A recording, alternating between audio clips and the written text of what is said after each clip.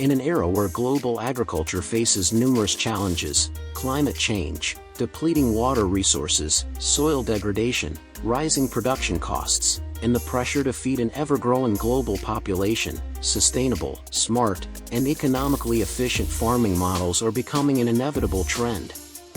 Amid this trend, China, a densely populated nation, is emerging with a highly innovative solution: raising crayfish in rice paddies. Right now, join us as we explore a farm that combines crayfish farming with rice cultivation.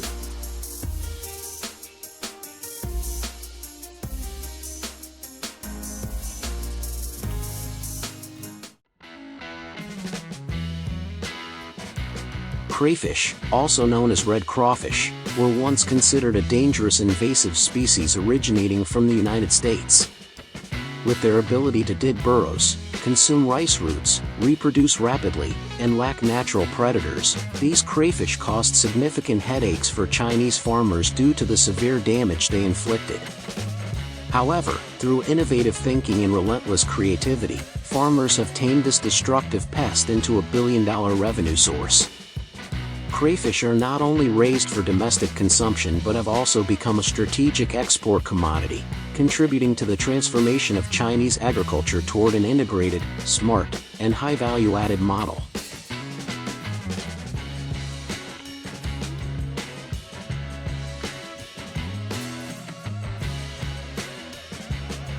Farmers practicing integrated crawfish and rice cultivation report that each mu of paddy field can yield over 150 kilograms of crawfish and 500 kilograms of organic rice. This translates to an average income of 4,000 to 5,000 Chinese yuan per mu, equivalent to more than $600. Given that each farmer typically owns tens to hundreds of mu of land, their per-season income can reach hundreds of thousands of dollars, a truly enviable figure for most manual laborers in China. So, how exactly do Chinese farmers work to cultivate and maximize profits from this integrated model?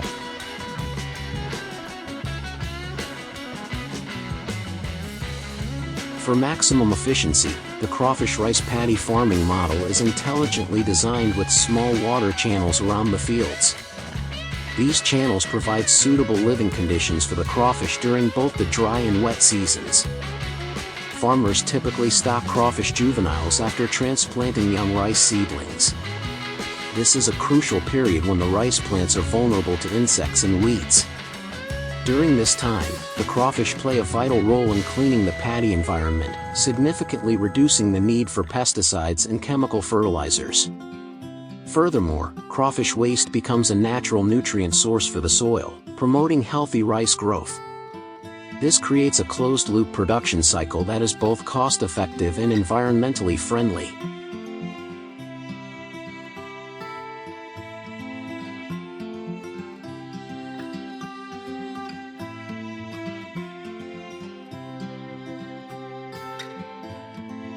What's particularly noteworthy is that farmers don't need to invest heavily in modern technology.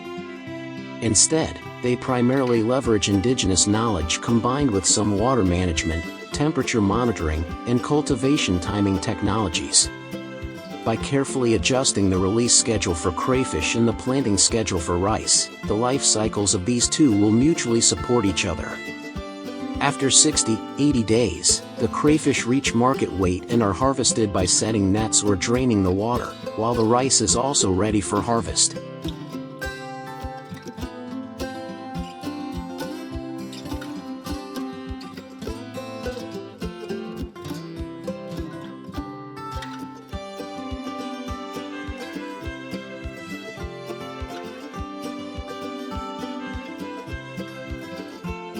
An average mu of field yields 150 kilograms of crawfish and 500 kilograms of rice, translating to an income of 4,000, 5,000 renminbi. With hundreds of mu of fields, farmers can easily earn hundreds of thousands of dollars annually, a truly compelling figure for the vast majority of rural households.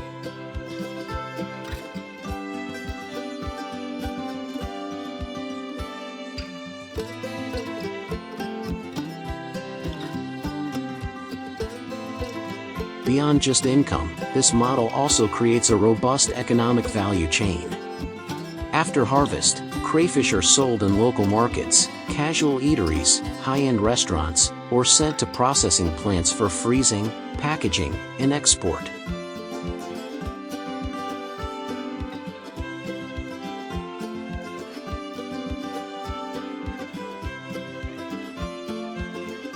Thousands of tons of crayfish are brought to market each year, not only providing a nutritious protein source for domestic consumers but also exported to Europe and to the US, generating over $100 million in revenue.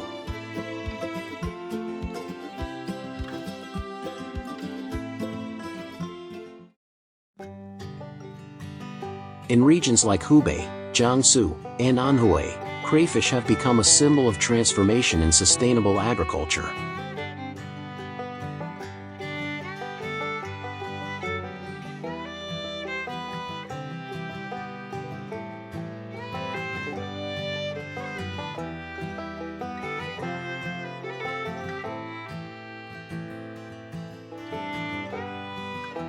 From the perspective of scientists, this is a symbiotic farming model, one that boosts yield while simultaneously protecting soil, water resources, and biodiversity.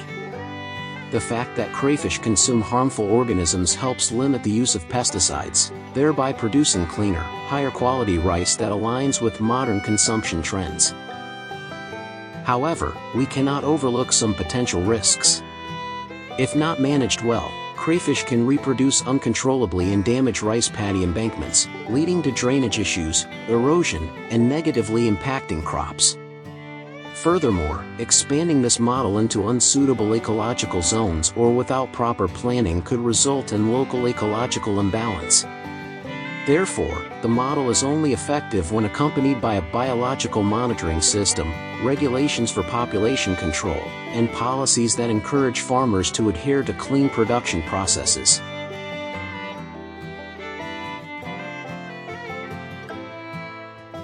Notably, China is not the only country pursuing this model. In Louisiana, the birthplace of the crayfish, residents have long adopted a similar farming method, though it's not as widespread as in China. Likewise, some Southeast Asian countries like Vietnam and Thailand are also beginning to research the feasibility of implementing this model in the future.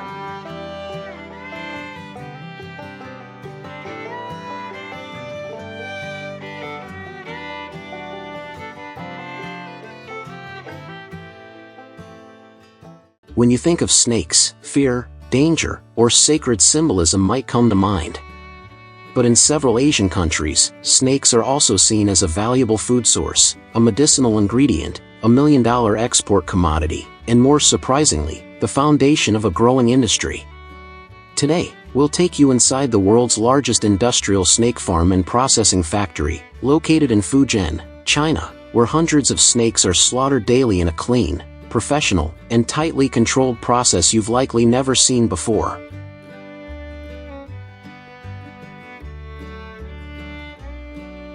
You might be wondering, why would anyone raise and process snakes on an industrial scale, especially when they terrify so many people? Well, compared to chicken or pork, snake meat is 3 to 5 times more expensive. In China, premium snake meat can fetch up to $30, $40 per kilogram. Fresh snake bile sells for up to $150, $200 per 100 milliliters, and tanned snake skin can go for hundreds of dollars per piece. In many Asian countries, snake meat is considered a delicacy, nutritious and energy-boosting. Snake bile is treated as a miracle cure for liver conditions, joint pain, and sexual health.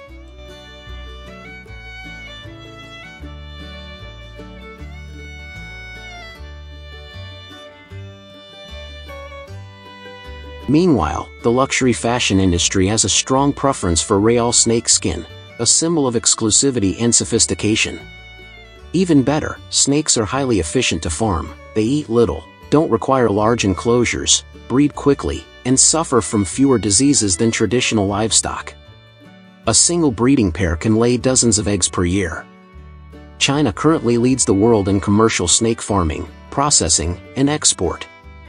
As of 2023, the country had over 700 professional snake farms, with a combined output of more than 10 million snakes per year, worth over $3 billion.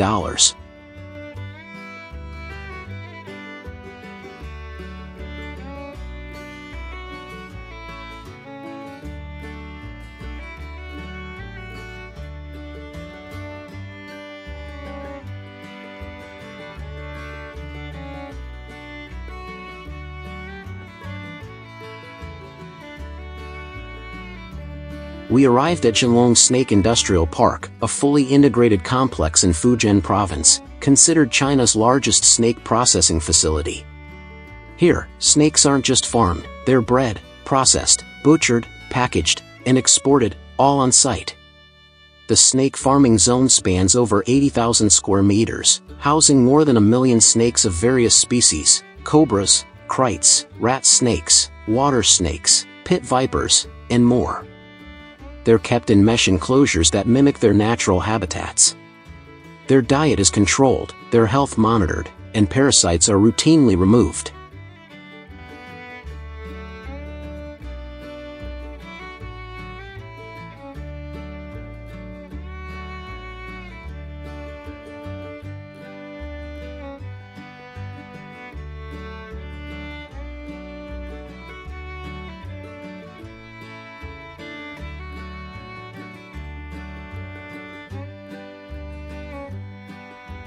Once the snakes reach standard size, they're moved to the industrial processing area, where 500 to 800 snakes are handled each day, producing more than 5 tons of meat daily.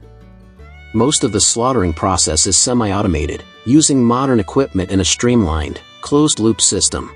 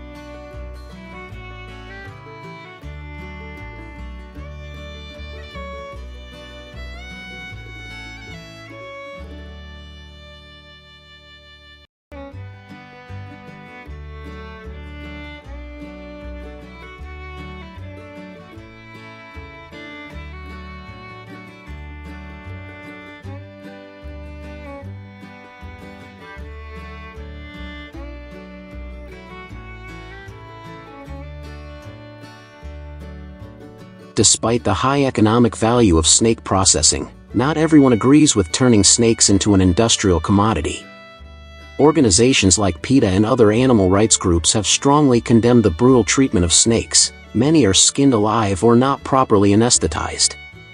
Several viral videos showing snakes still writhing after being skinned have outraged the public. Just like wet markets dealing with wild animals, farming and slaughtering snakes on a large scale could pose risks of zoonotic disease transmission, especially if hygiene standards aren't strictly enforced.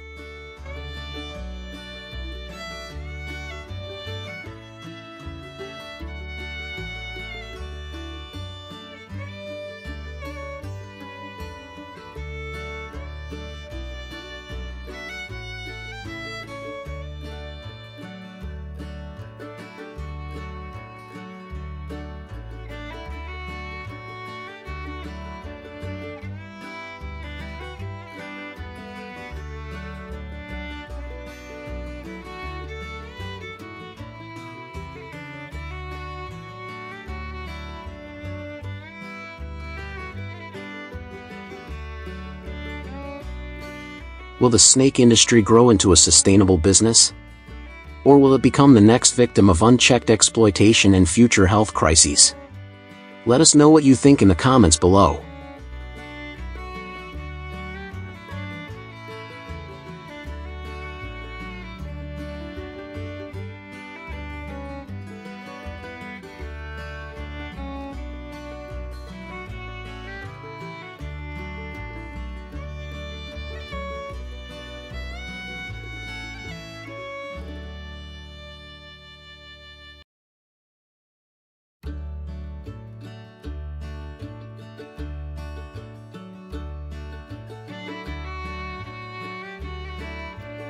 Africa is the slowest developing region in the world, with agriculture as the main economic sector.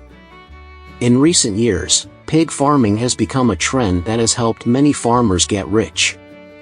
Pig farms have been built across the region in Africa and have helped people stabilize their lives. Now, let's explore with us how African farmers raise and develop pig farms. African people change their lives thanks to pig farms.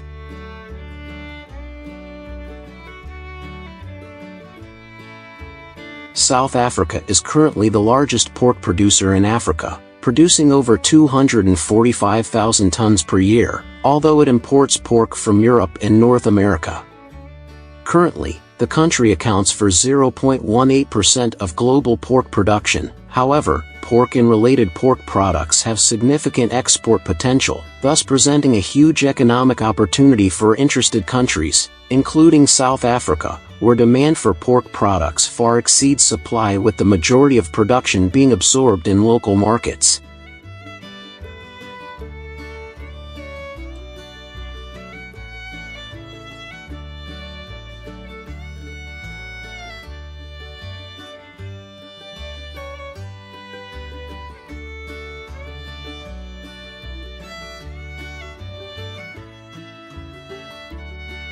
Pig farming remains one of the most popular farming trends in South Africa, as it is cheaper and more productive than many other forms of farming.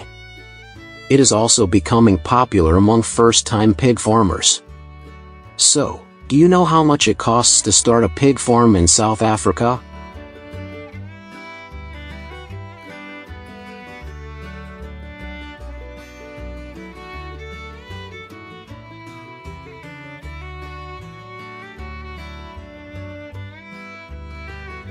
The South African Pork Producers Association recommends that new pig farmers start with a herd of 250 sows to cover overheads and make a profit.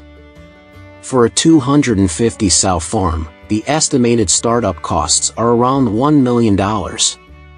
This figure does not include operating costs.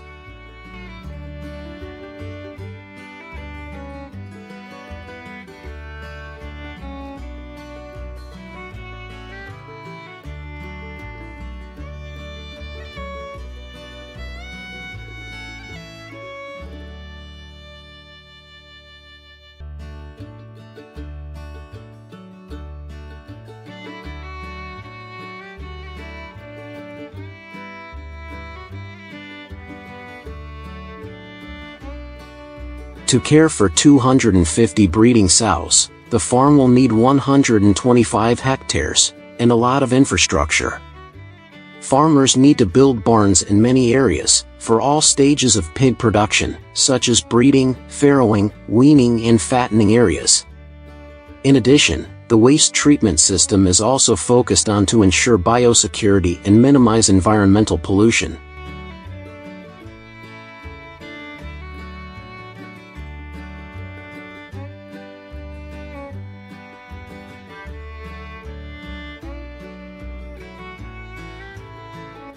There are currently over 50 breeds of pigs raised in South Africa for meat. The most popular breeds are the Landrace, Large White and Duroc. South African pig farmers generally prefer the Large White and Landrace breeds because these pigs reproduce quickly and produce large numbers of piglets. Most commercial pig farmers in South Africa make the most of the characteristics of each breed by using first-generation crossbreeding. This is what produces the most profitable pigs. The feed that farmers provide for pigs is mainly waste products or vegetables and grains grown on farms right in the area. Pigs help convert agricultural waste into meat in the most efficient way.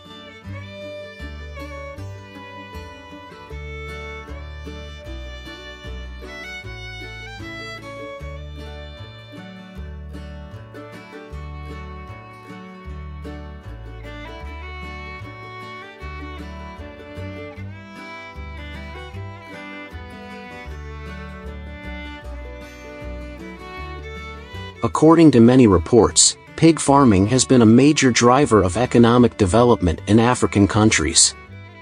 It has become a major driving force behind economic and social transformation in many African countries. Due to its relatively low investment costs, high reproduction rates and strong market demand, pig farming has helped improve livelihoods, create jobs, and enhance food security, especially in local areas with economies dependent on agriculture. In particular, farmers also utilize pig waste for agricultural activities. Pig manure is rich in nutrients and is sold to growers as organic fertilizer.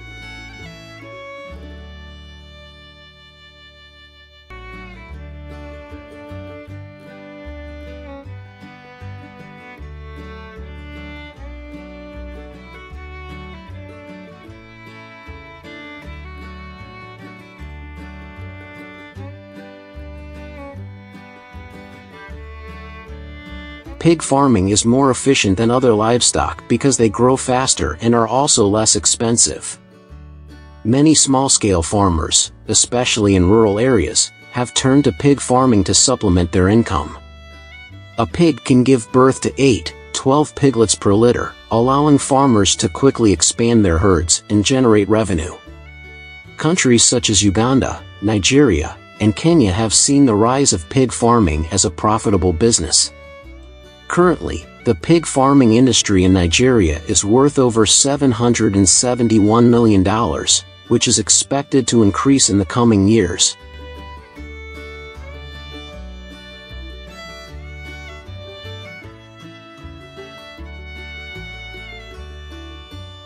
Pork is one of the most consumed meats in South Africa, with demand increasing due to its affordability and versatility in a variety of dishes. The country's pork consumption has been steadily increasing, creating a strong market for pig farmers. Major consumers of pork include supermarkets, abattoirs, restaurants, and the food processing industry. Pork is a staple food in many South African households, and demand for pork increases during festive seasons. In addition, South Africa exports pork to neighboring African countries and even some international markets, helping to increase revenue for pig farmers. Apart from farms, production facilities also generate high profits and create jobs for millions of Africans in the fields of raising, processing, transporting, and distributing pork products.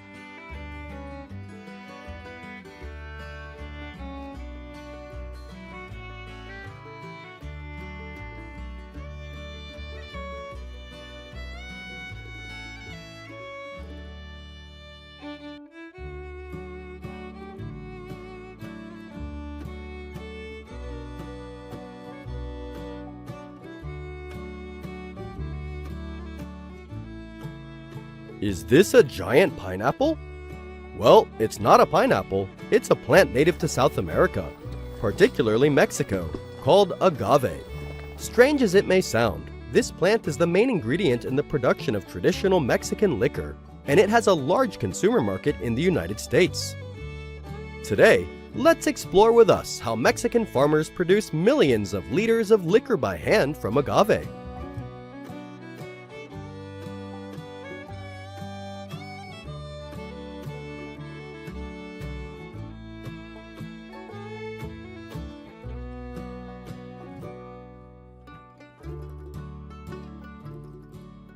To produce millions of liters of mezcal, Mexican farmers first need to grow agave plants. The areas to grow them are vast, ranging from hundreds of hectares to hundreds of hectares in each region.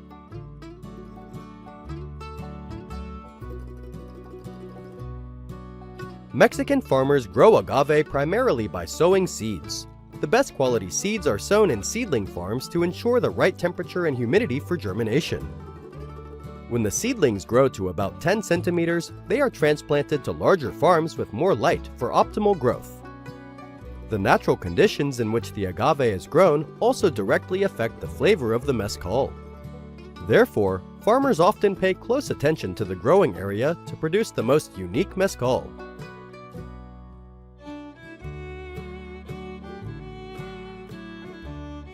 Agave is grown throughout Mexico, but mainly in the state of Oaxaca, with other states such as Durango, Guerrero, and Michoacán also contributing significantly to its production.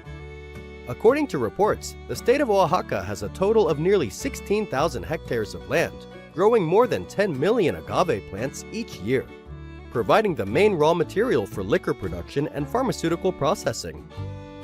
Many farms have combined tourism activities so that visitors can visit the agave fields and explore the mezcal processing process. The most famous tourist farms are Noble House, San Jose del Refugio, located along the slopes of the volcano in Tequila. With fresh air and favorable climates, it attracts hundreds of thousands of visitors every year.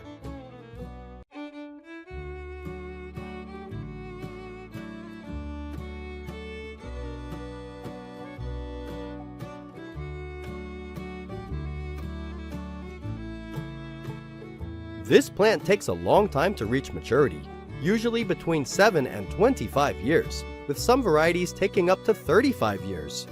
It's fun to imagine planting an agave farm when your kids are young, and years later, those agave plants will be harvested by your kids. In recent years, agave production in Mexico has reached nearly 2 million tons. Mature agave plants are harvested by removing the leaves to expose the core of the plant. This core will be processed to produce pure mezcal. Mezcal, with a long history, is produced entirely by hand, using a unique smoking method. Unlike other types of alcohol, mezcal is made entirely from blue agave, giving it a distinctive flavor and aroma.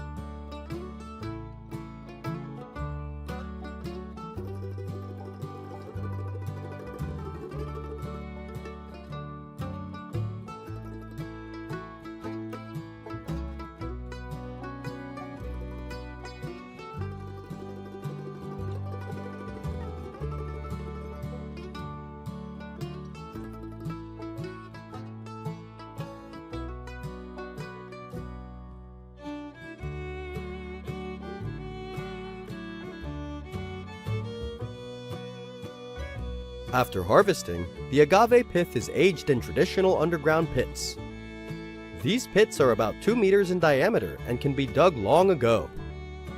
The pits are lined with local tree wood and volcanic rock to retain heat after the fire. The agave pith is then stacked in layers in the pit, covered with soil and leaves, and roasted for several days.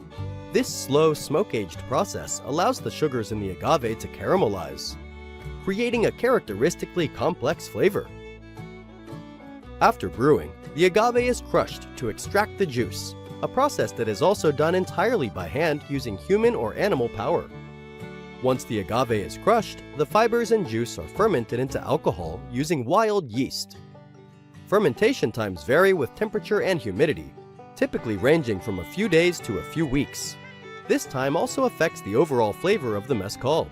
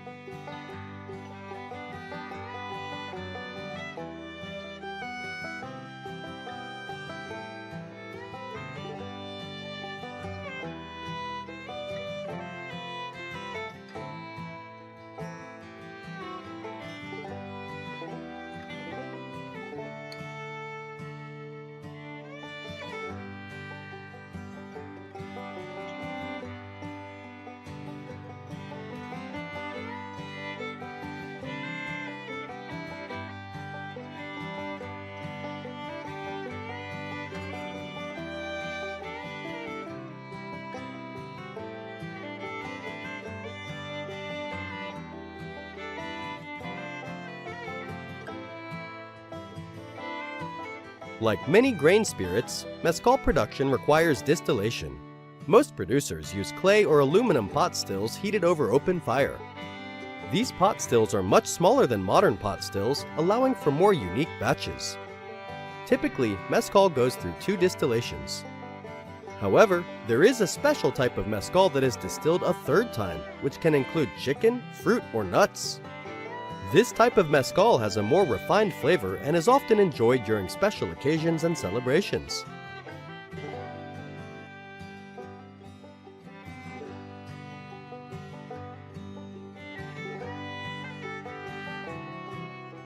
After aging, mezcal is bottled in glass bottles and labeled with its origin and country of origin.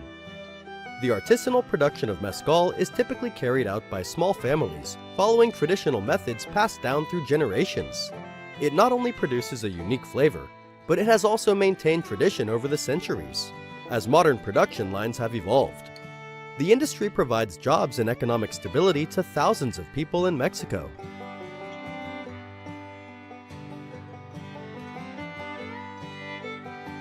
Mezcal has become an important export product in Mexico and is increasingly popular in the United States and some European countries.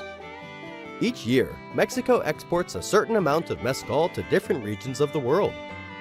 With a completely manual production process, mezcal production also contributes to environmental protection, minimizing waste during the production process. Therefore, the government of this country often encourages farmers to maintain this manual production activity.